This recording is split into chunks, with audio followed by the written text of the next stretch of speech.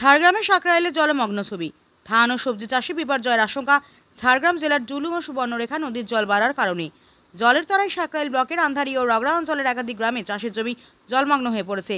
বিশেষ করে আন্ধারি অঞ্চলের বহরাদারি, ভগবান চক, তেতুলিয়া, বৈষ্ণা, শালবনী, কাঠমন্ডি, বনপুরা, নেগুড়িয়া সহ একাধিক গ্রামের কৃষি জমিতে জল দাঁড়িয়ে রয়েছে।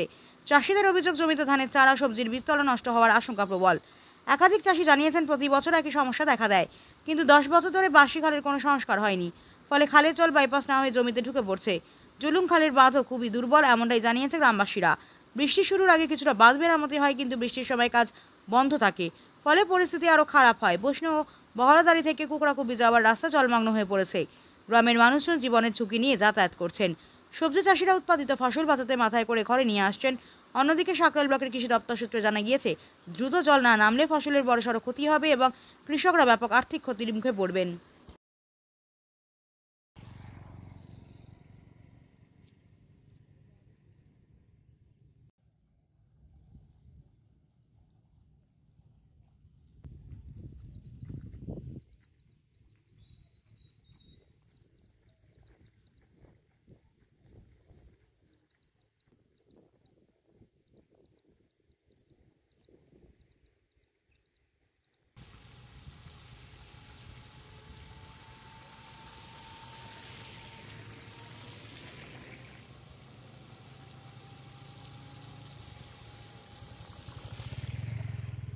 তো বৃষ্টির কারণে নদীর জল এদিকে ঢুকছে, আমাদের গ্রামের সমস্ত ফসল নষ্ট হচ্ছে।